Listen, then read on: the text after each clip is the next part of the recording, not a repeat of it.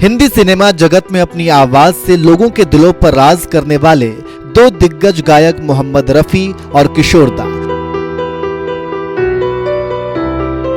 दोनों की शख्सियत ऐसी थी जो उन्होंने उस जमाने में गा दिया, वैसा गाना आज के गायकों के लिए बहुत ही मुश्किल काम है। दोनों ही आला दर्जे के गायक थे, जिनके बाद आज तक ऐसे गायक हिंदी सिनेमा में पैदा ही नहीं हुए।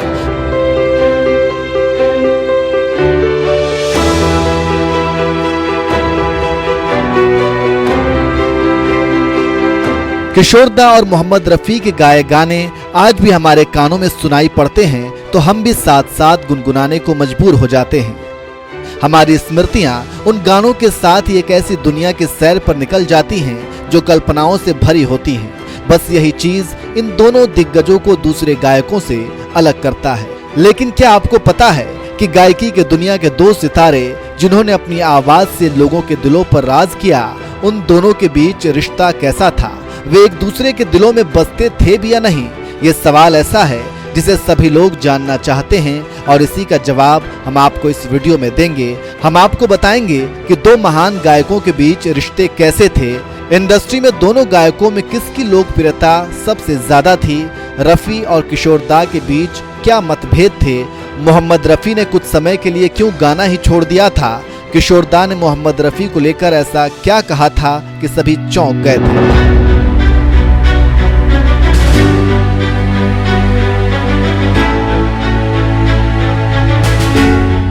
ऐसी तमाम अनकही बातें हम आपको इसी वीडियो में बताने वाले हैं, इसलिए इसे अंत तक जरूर देखिएगा। सबसे पहले तो आपको बता दें कि किशोर दा एक नेचुरल सिंगर थे, वहीं मोहम्मद रफी एक प्रशिक्षित गायक थे।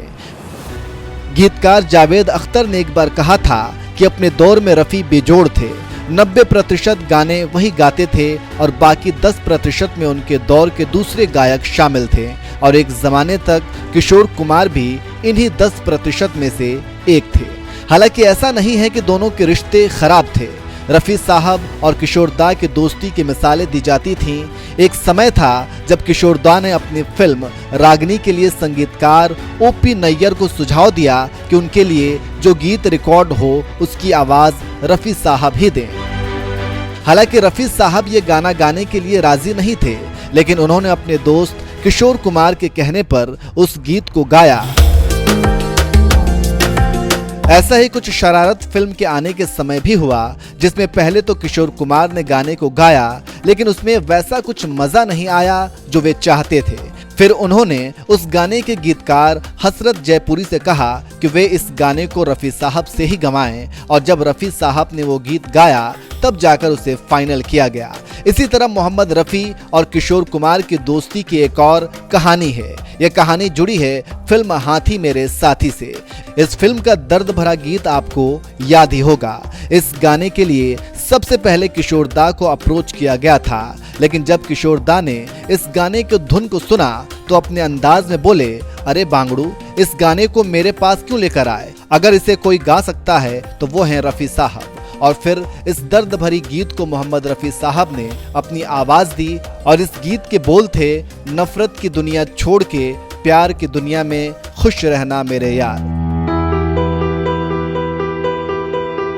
किशोर कुमार ने जिस तरह से अपने गाने रफी साहब के पास ट्रांसफर किए, ठीक ऐसे ही रफी साहब ने भी किशोर दा को बहुत सारे गीत गाने के लिए कहा। ऐसे ही एक और मिसाल है, जब भारत में आपातकाल लगा तो किशोर कुमार के गीत को बैन कर दिया गया। रेडियो और टेलीविजन पर कहीं भी किशोर दा के गाने को प्रसारित नहीं किया जाता था। ऐसे दौर में रफी साहब अपने दोस्त के लिए आगे आए और इंदिरा गांधी से मिलकर किशोर दा के गानों पर लगे प्रतिबंध को हटाने का आग्रह किया। इंदिरा गांधी ने भी रफी साहब की बात मान ली और प्रतिबंध हटा दिया। हालांकि रफी साहब चाहते तो एक गायक होने का फायदा वे उठा सकते थे, क्योंकि किशोर दा के गाने जब बैन हुए तो फिर रफी साहब एकमात्र विकल्प थे जो इसका फायदा भी उठा सकते थे। लेकिन रफी साहब ने ऐसा नहीं किया और अपनी दोस्ती का फर्ज निभाया।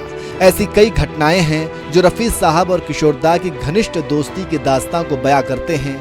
लेकिन एक समय ऐसा आया जब किशोर दा को ऐसा लगा कि रफी साहब ने उनका गीत ही हड़प लिया।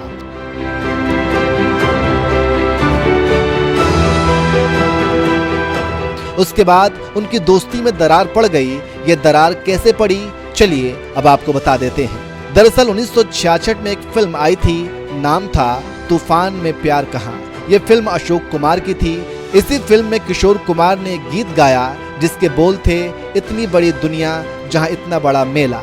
किशोर दा ने इस गीत को अपनी आवाज तो दे दी, लेकिन अशोक कुमार को उनका गाया हुआ गाना पसंद ही नहीं आया और ना ही चित्रगुप्त को आया। उसके बाद दोनों ने ही फैसला किया कि वे इस गीत को रफी साहब से रिकॉर्ड करवाएंगे। रफी साहब ने उनकी रिकॉर्डिंग भी की, लेकिन रफी साहब को ये नहीं बताया गया कि किशोर कुमार पहले ही इस गीत को गा चुके हैं। वहीं जब किशोर दा को पता चला तो वे काफी नाराज भी हुए और इसी गलतफहमी की वजह से दोनों जिगरी दोस्तों के बीच थोड़ी खटास आई थी। बहरहाल रफी साहब के सिंगिंग करियर में ऐसा भी वक्त आया जब उन्होंने सिंगिंग से ही संन्यास ले लिया।